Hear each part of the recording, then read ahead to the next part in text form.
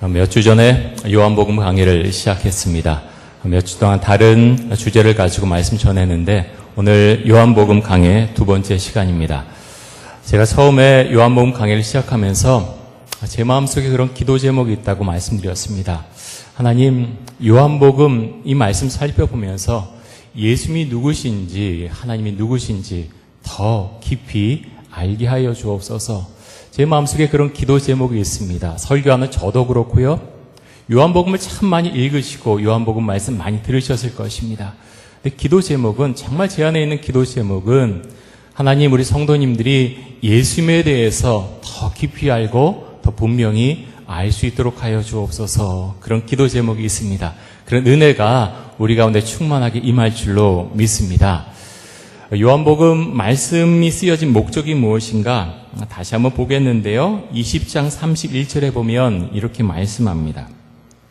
두 가지 기록 목적이 있습니다. 제가 보겠습니다. 오직 이것을 기록함은 너희로 예수께서 하나님의 아들 그리스도이심을 믿게 하려 함이요. 첫 번째지요.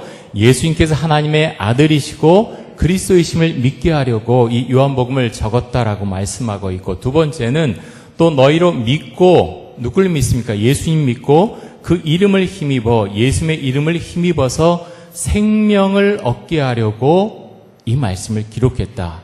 이렇게 말씀합니다. 자, 첫 번째 목적이 사람들로 하여금 예수께서 하나님의 아들이심을 믿게 하려고, 그리스도이심을 믿게 하려고 이 요한복음을 적었다라고 말씀합니다. 이 요한복음은요, 교회 공동체에게 보낸 그런 말씀입니다. AD 90년경에 요한복음이 적어졌다고 그렇게 성서학자들은 추정을 하는데, 그때는 이미 웬만큼 교회 모습들이 갖춰져 있었을 것입니다. 근데 왜 이런 말씀을 지금 하고 있느냐? 교회 안에 예배드리지만, 예수님을 믿는다고 와 있지만, 와 있는 사람들 중에 예수님이 하나님의 아들이신 걸, 메시아 그리스도이신 걸 믿지 못하는 사람들이 그 공동체 안에 있었다고 하는 것입니다. 지금도 마찬가지죠. 이제 2000년의 역사가 흘러왔습니다. 수많은 사람들이 교회에 와서 예배를 드립니다. 그런데 예배 드리지만 이 안에 있는 사람들이 모두가 예수님께서 하나님의 아들이신 것을 다 그렇게 분명히 고백하느냐? 그렇지는 않다고 하는 것입니다. 그래서 사도 요한의 마음속에 그런 마음이 있었어요. 하나님, 예배드리는 이 사람들이, 교회 오는 이 공동체에 있는 사람들이 예수님께서 하나님의 아들인 것을 분명히 믿게 하여 주옵소서. 머리로 아는 것이 아니죠. 마음으로 고백하게 하여 주옵소서. 그리스도 메시아 구원자이신 것을 고백하게 하여 주옵소서. 사도 요한의 마음속에 그 마음이 간절했기 때문에 요한복음을 적게 되었습니다. 여러분, 믿음은 무엇입니까? 믿음은 하나님께서 우리 마음에 부어주시는 것입니다. 우리가 결단할 수 있습니다. 하나님께서 저에게 믿음 주옵소서. 예수님께서 하나님의 아들이신 것, 저의 구원자 되신 것 제가 믿습니다. 그렇게 선포하고 결심할 수 있습니다. 그런데 첫 출발을 그렇게 할 수 있지만요, 매 순간 그렇게 하면서 살 수는 없습니다. 예수를 믿는다는 게 무엇입니까? 정말 예수를 믿으면 믿음이 임하는 것입니다. 믿음은 선물입니다. 영적인 것입니다. 그래서 내가 결단하지만 하나님의 말씀이 임하는 거예요. 하나님의 말씀이 임하는 것입니다. 그래서 두 번째 보면 너희로 믿고 그 이름을 힘입어 생명을 얻게 하려 함이라 라고 말씀합니다. 예수님의 이름을 힘입어서 생명을 얻게 하려 하신다는 거죠. 이 생명은요, 우리가 죽어서 천국에 간다는 그 영원한 생명뿐이 아닙니다. 예수를 믿게 되면요, 생명이 임하는 거예요. 누구의 생명이 임합니까?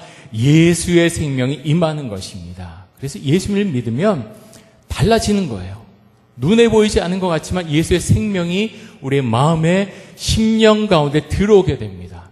뭔가 꿈틀꿈틀 되는 거예요. 눈에 보이지 않지만, 예수 믿는 게 이런 것이구나. 자기도 모르게 속으로 환호성을 지르게 되는 것입니다. 여러분, 믿음은 어떻게 생겨납니까? 로마서 10장 17절에 보면 이렇게 말씀합니다. 그러므로 믿음은 들음에서 나며 들음은 그리스도의 말씀으로 말미암았느니라. 자, 믿음이 생기려면 하나님의 말씀, 설교 말씀 들어야 된다는 거예요. 나아가서 그 말씀은 하나님의 말씀, 그리스도의 말씀으로 말미암았는데, 다시 말해서 믿음이 생기려면 어떻게 해야 되느냐? 설교 말씀도 잘 들어야 되고, 나아가서 성경을 펼쳐놓고 말씀을 읽어야 된다 말씀하고 있습니다. 여러분이 굉장히 중요합니다. 왜 중요하냐? 하나님을 믿습니다. 예수 그리스도를 제가 영접했습니다. 그런데 성경을 닫고 살아요. 그러면 그리스도와 교제할 수 있습니까? 방법이 없습니다. 기도한다고요? 무엇에 근거해서 기도합니까? 기도는요, 하나님의 말씀에 근거해서 기도하는 겁니다. 하나님의 말씀을 덮어버리고 내가 상상하는 것, 어떤 신의 모습을 구하면서 기도한다. 그것은 상상을 따라서 다른 신으로, 정말 신앙이 안 되는 이상한 주문으로 잘못하면 번져갈 수 있다고 하는 것입니다. 나에게 믿음이 생겨나기 정말 원하시지요? 그렇다면 말씀을 펼치십시오. 말씀을 펼쳐서 그 말씀 가운데 우리에게 비춰주시는 빛을 봐야 됩니다. 예수 그리스도의 빛은요, 우리 마음속에 들어오는데 우리의 마음을 불편하게 합니다. 그렇죠? 빛이 쫙 들어왔을 때 무엇이 생겨납니까? 내 마음의 죄와 온전치 못한 것, 그런 것들이 드러나게 됩니다. 그런 것을 보면서 할렐루야, 기쁨이 충만합니다. 늘 사람들이 그렇게 나오진 않습니다. 왜 그렇습니까? 부끄럽습니다. 감추고 싶습니다. 도망가고 싶습니다. 그래서 빛이 들어오는 걸 많은 사람들이 두려워하는 겁니다. 하지만 빛이 들어와서 그 빛을 받아들이고, 아멘 주님, 제가 주님과 함께 했습니다, 고백하는 순간에 우리의 신앙은요, 마치 양파 껍질이 벗겨지듯이 주 앞에 더 온전한 모습으로 나아가게 되는 것입니다. 예수님을 처음 만난 순간, 그 순간을 기억하시죠? 그런데 그 순간대로 끝나는 게 아니라고 하는 것입니다. 처음 만난 순간 그것만 어찌됐든 유지하게 하여 주옵소서. 우리가 그렇게 기도해서는 안 될 것입니다. 주님을 좀 더 알고 싶습니다. 주님, 저에게 말씀하여 주옵소서. 영적으로 저에게 인도해 주시고 말씀하여 주옵소서. 우리는 그렇게 주 앞에 기도하며 나아갈 수 있어야 되겠습니다. 사도 요한이 요한복음을 쓴 두 번째 목적이 생명을 얻게 하려고 요한복음을 기록했다라고 말씀하는데, 요한복음 1장 4절에 보면 이렇게 말씀합니다. 우리 같이 한번 읽겠습니다. 시작. 그 안에 생명이 있었으니 이 생명은 사람들의 빛이라. 아멘. 자, 예수님 안에 생명이 있었다라고 말씀합니다. 이 생명은 어떤 생명입니까? 두 가지로 볼 수 있죠. 첫 번째는 영원한 생명입니다. 우리가 예수님을 믿었기 때문에 죽어서 천국 가는 그 생명, 영원한 생명, 그 소망 믿음을 우리에게 주셨습니다. 그런데 예수님을 믿는다는 건요, 그 영원한 생명뿐이 아닙니다. 그 생명은 내가 예수를 나의 구주로 고백하는 순간에 나의 안에 현재적으로 임하는 것입니다. 우리에게 그것이 굉장히 중요합니다. 잘못 그 신앙을 알고 잘못 성경을 보면, 내가 고통스러워도 죽을 때 내가 천국 가는구나, 어떻게든 버텨야지. 여러분, 예수님을 믿는 신앙은요, 버티는 신앙이 아닙니다. 정말 생명 되신 예수를 받아들이게 되면 예수님과 함께 걸어가게 됩니다. 그래서 세상이 달라 보이는 거예요. 예수님을 만난 그 순간에 내 주변에 있던 상황이 갑자기 변하진 않습니다. 그런데 달라 보입니다. 세상이 달라 보입니다. 왜 그렇습니까? 생명 되신 예수를 만났기 때문입니다. 그 생명의 예수가 내 안에 들어오셨기 때문입니다. 예수님이 누구길래 우리가 그 예수를 믿고 받아들이고 함께 살아갑니까? 우리가 예수의 생명을 받아들였는지 받아들이지 못했는지 어떻게 알 수가 있습니까? 요한복음 1장 4절과 5절 다시 한번 보겠습니다. 우리 같이 한번 읽습니다. 시작. 그 안에 생명이 있었으니 이 생명은 사람들의 빛이라. 빛이 어둠의 빛이되 어둠이 깨닫지 못하더라. 아멘. 자, 그 안에, 그리스도 안에 생명이 있었으니 이 생명은 사람들의 빛이라 그랬습니다. 생명과 빛이 완전하게 동일하진 않지요. 하지만 연결되어 있습니다. 그 빛이 누굽니까? 예수님이지요. 예수님이 어둠의 빛이되 그렇게 말씀하고 있습니다. 어둠 가운데 들어오셔서 빛이 났습니다. 그런데 어둠이 깨닫지 못하더라라고 말씀하고 있습니다. 사람들은 죄를 많이 지으면서 살아가지요. 그런데 이런 사람들의 마음 가운데 예수의 빛이 비춰지면 사람들은 크게 두 가지의 반응을 나타냅니다. 첫 번째는 그 빛이 들어오니까 어떻게 됩니까? 죄가 다 드러나지요. 불순한 것. 사람들은 나를 고상하게 알고 교양 있게 알고 신앙이 있는 줄 알지만 빛이 들어오면 모든 것이 드러나게 됩니다. 하나님 앞에서 모든 것이 벌거벗은 것처럼 드러나게 됩니다. 그럴 때 어떤 사람은 도망갑니다. 숨습니다. 심지어 저항하고 욕합니다. 때로는 화를 내기도 합니다. 내가 뭐가 못해서 왜 내 죄를 고백하고 그렇게 나아가야 돼? 난 그거 없어도 세상 잘 살 수 있어. 나만큼만 하라고 해. 그렇게 반응할 수 있습니다. 그런데 다른 부류의 사람들은 그렇지 않지요. 예수의 빛이 들어왔을 때 고통스럽습니다. 어렵습니다. 누구나 그렇습니다. 왜냐하면 자신의 모난 부분들이 밝혀지기 때문입니다. 창피합니다. 부끄럽습니다. 그런데 그 빛이 나를 치유하는 빛이라고 하는 것을 알고 주 앞에 나아가게 됩니다. 하나님, 이 순간 내가 고통스럽지만 주님과 함께 가고자 합니다. 저를 붙들어 주옵소서. 주 앞에 우리 자신을 내놓게 됩니다. 사람은 빛이 비쳐야 자기 자신의 모습을 볼 수 있습니다. 그런데 그렇게 하기가 참 어렵지요. 저도 마찬가지입니다. 신앙생활을 오래 했지만 빛이 비춰질 때 그 모습, 나의 모난 부분들, 부끄러운 모습들, 그것을 내가 직시할 수 있느냐? 잘 직시하기가 어렵습니다. 정말 어렵습니다. 그래서 신앙은요, 누구나 자신할 수 없는 거예요. 이 앞에 서 있는 김성진 목사라는 사람 설교하고 그렇게 말씀 늘 전하지만 제 안에 있는 것은 아무도 모르는 것입니다. 우리 장로님들 오랫동안 신앙생활하고 평생 주님을 믿어왔다고 하지만 예수의 빛이 여러분의 마음 가운데 비춰질 때 모든 것이 드러나는 것입니다. 그렇게 될 때 주님, 저의 모습 주님 치유하여 주옵소서. 잘못된 것이 있다면 주님 치유해 주시고 저의 신앙을 새롭게 만들어 주옵소서. 우리가 그렇게 주 앞에 기도할 수 있어야 됩니다. 우리에게는 지금까지 살아오면서 처음 예수님을 영접한 순간, 만난 순간, 그런 여러 번의 어떤 과정이 있었을 것입니다. 저도 그렇습니다. 제가 예수님을 만난 순간, 그리고 신학교에 들어가기 위해서 기도한 순간, 신학교에 입학해서 전도사 생활을 한 순간, 목사가 되고 유학 갔다 오고 여러 번의 과정이 있었습니다. 나락에 떨어지고 다시 올라오고 다시 떨어지고 올라오고. 목사도 마찬가지입니다. 신앙이 똑같이 흘러갈 수 있다고요? 그렇지 않습니다. 그래서 하나님께서 우리에게 고난을 주시는 것 같습니다. 고난을 통해서 우리의 모습을 볼 수 있는 것입니다. 고난에 처하면 그 사람이 정말 주님을 믿고 있는 사람인가, 믿지 않고 있는 사람인가 분명하게 드러나기 때문입니다. 여러분의 마음 가운데, 여러분의 심령 가운데 예수의 생명이 있습니까? 예수의 빛이 있습니까? 마음 가운데 한번 고백해 보십시오. 주님, 저의 마음 가운데 주의 생명이 있습니까? 빛이 있습니까? 한번 고백해 보실 수 있기를 바랍니다. 요한복음 1장 10절에 보면 이렇게 말씀합니다. 같이 한번 읽습니다. 시작.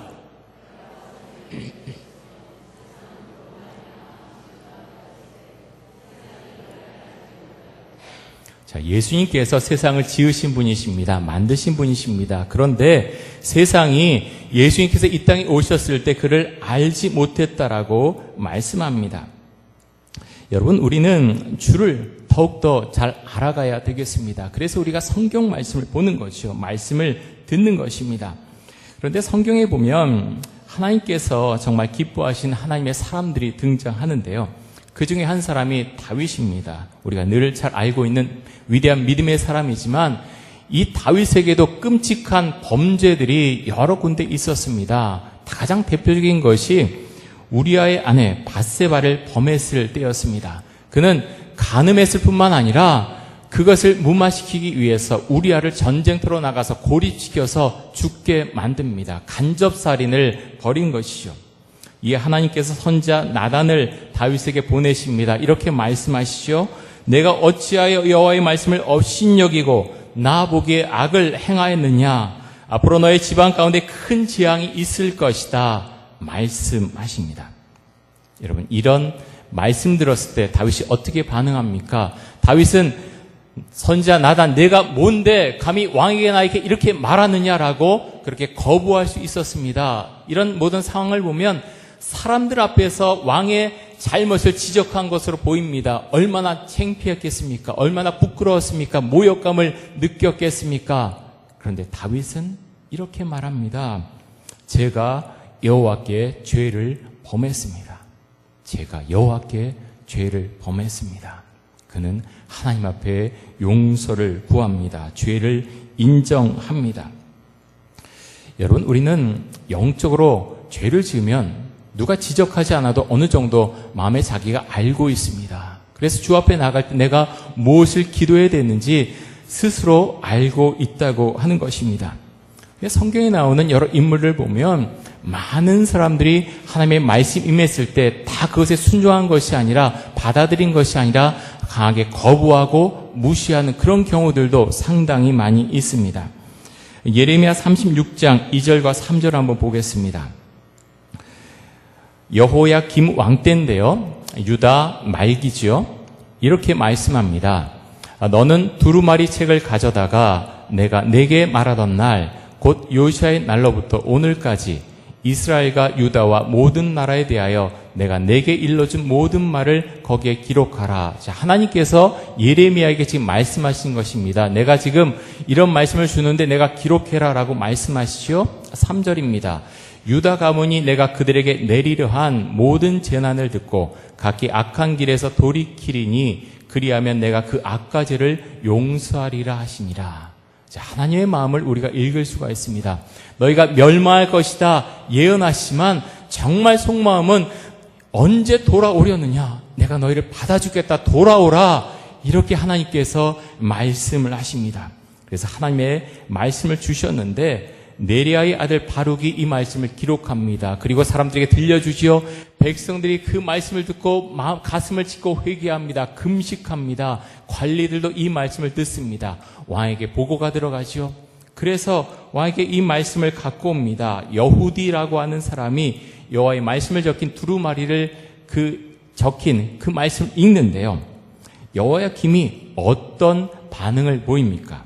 여후디가 여호와의 말씀을 읽어나가자 그 두루마리를 달라고 해서 칼로 두루마리를 뱁니다. 그리고 그 두루마리를 화롯불에다가 던져서 태워버립니다. 자, 왕이 어떤 태도를 취하고 있습니까? 하나님이 말씀하셨느냐? 거부하는 거죠. 내가 누군데 선지자를 통해서 말했다고 가만두지 않겠다. 나는 왕이야. 누가 나한테 이따위 말을 하느냐? 모든 것을 무시하고 하나님의 말씀을 덮어버립니다. 어둠 가운데 계속 있다는 것이요. 빛이 들어왔지만 거부합니다. 빛이 내 안에 비치니까 이것을 내가 감당하지 못하겠다. 들어오지 못하게 하겠다. 거부하는 것이죠. 여호야김은 비참한 말로를 걷게 됩니다. 요한복음 1장 12절에 보면 이렇게 말씀합니다. 우리 같이 한번 읽겠습니다. 요한복음 1장 12절 같이 읽습니다. 시작. 영접하는 자, 곧 그 이름을 믿는 자들에게는 하나님의 자녀가 되는 권세를 주셨으니. 아멘. 자, 예수를 믿는 자들에게 하나님의 자녀가 되는 권세를 주셨다 말씀하십니다. 이런 은혜가 여러분에게 있으시기를 간절히 원합니다. 근데 우리가 하나님의 자녀된 데서 그쳐서는 안 되겠다는 거죠. 물론 우리가 하나님 앞에 가는 그날까지 하나님의 자녀이지만 내가 이걸로 만족합니다 하는 것이 아니라, 하나님, 제가 주의 자녀인데 예수의 생명, 예수의 빛이 제가 사는 그날까지 계속해서 저의 마음을 비치고 저와 함께 하기를 간절히 원합니다. 우리가 기도할 수 있어야 되겠습니다. 그래서 예수의 생명이 들어오면요, 죽었던 영혼도 다시 살아나게 됩니다. 고린도전서 15장 22절에 보면 이렇게 말씀합니다. 우리 같이 한번 읽습니다. 시작. 아담 안에서 모든 사람이 죽은 것 같이 그리스도 안에서 모든 사람이 삶을 얻으리라. 아멘. 자, 아담은 옛사람의 모습이죠. 죄 가운데 있을 때 모든 것이 악하고 어둠 가운데 있다. 이것을 말씀하는 것이고요. 그리스도 안에서 모든 사람이 삶을 얻으리라. 자, 예수의 생명이 그 사람 안에 들어오면 모든 것이 바뀌게 된다고 하는 것입니다. 겉으로는 아무것도 아닌 것 같지만 그 안에 예수의 생명이 들어오면 모든 것이 달라 보입니다. 갈라디아서 6장 15절에 보면 이렇게 말씀합니다. 할례나 무할례가 아무것도 아니로되 오직 새로 지으심을 받는 것만이 중요하니라. 비슷한 말씀이죠. 육체의 어떤 표시가 나는 것 중요하지 않다. 가장 중요한 게 무엇이냐? 오직 새로 지으심을 받는 것만이 중요하다라고 말씀합니다. 여러분, 우리가 새로워지고 있습니까? 여러분이 처음 그리스도를 믿었던 그때를 한번 생각해 보십시오. 그때부터 지금의 시간까지 오면서 여러분은 계속해서 새로워지고 있습니까? 예수의 생명이 내 위기의 순간에 들어와서 나를 일으켜 세운 그런 기억, 그런 고백이 있으십니까? 이것은 우리에게 굉장히 중요한 것입니다. 새롭게 하소서에 출연했던 어느 목사님이 그런 간증을 하십니다. 원래 이분은 미국의 월가에서 많은 돈을 벌던 분입니다. 부서장까지 했던 분인데 정말 많은 돈을 벌었지만 그 마음속에 허무감이 밀려들었습니다. 왜 내가 돈을 벌고 있지? 왜 살고 있지? 그러면서 담배 취하고 나가서 마약에 손을 대게 됩니다. 그렇게 힘없이 축 늘어져 차에 앉아 있는데 어떤 분이 와서 복음을 전합니다. 나중에 알고 보니까 목사님이었습니다. 자그마한 교회를 찾아갔습니다. 무엇인가 모르는 어떤 힘이 자기를 이끌어들여서 예전에는 그런 것들 상관도 안 하고 무시했는데 작은 교회에 가서 기도하고 말씀을 듣게 됩니다. 빛이 비춰지고 주 앞에 흐느끼 울게 되고 자신의 모든 것을 주 앞에 고백하게 됩니다. 새로운 삶을 살게 되었고 예수님께 헌신하게 되었고 그리고 목회자의 길을 걷게 됩니다. 여러분, 이런 일들이 우리의 삶 가운데 많이 일어나게 됩니다. 누구나 목회자가 되는 것은 아니죠. 모두 그럴 필요는 없습니다. 그런데 예수의 생명이 들어오는 경험은 우리의 삶 가운데 우리가 많이 경험해야 합니다. 우리가 나락에 떨어질 때가 많이 있죠. 예수 믿고 살아가지만 그것을 내놓고 사회에 나갔을 때 우리를 다 반겨주는 것 아닙니다. 내가 예수 믿느냐? 너 한번 당해봐라. 그런 사람도 있고 믿음을 지켜나가기 위해서 어려운 그런 일을 많이 겪고 나가야 될 그런 순간들도 많이 있습니다. 그럴 때 우리가 어떻게 해야 됩니까? 주님, 예수의 생명이 내 안에 있습니까? 예수의 빛이 제 안에 비치고 있습니까? 저를 이끌어 주옵소서. 그것이 분명히 고백되어질 때 나는 일어나는 것입니다. 하지만 교회를 아무리 오래 다녀도 그런 은혜를 모르고 예수의 생명이 뭔지 모르고 예수의 빛이 무엇인지 모른다면 그 사람은 어려움을 겪게 될 때 저 나락으로 떨어질 수 있습니다. 이 사회 가운데 얼마나 자살한 사람이 많이 있습니까? 예수를 믿어도 잘못하면 자살에까지 이를 수 있다고 하는 것입니다. 여러분, 기도하십시오. 기도하시고 하나님, 제 안에 예수의 생명이 있습니까? 예수의 빛이 있습니까? 하나님, 저에게 빛을 비춰주시고 저를 붙들어 주옵소서. 기도하며 예수의 생명 가운데 거하는 우리 모두가 될 수 있기를 간절히 원합니다. 우리 함께 기도합니다. 이 시간에 함께 동성으로 기도할 때 하나님, 예수의 생명, 예수의 빛을 우리 마음 가운데 심어 주옵소서. 주임으로 인해서 주임을 바라보며 새롭게 살아가는 우리들의 인생이 될 수 있도록 하여 주옵소서. 우리 통성으로 함께 기도하겠습니다.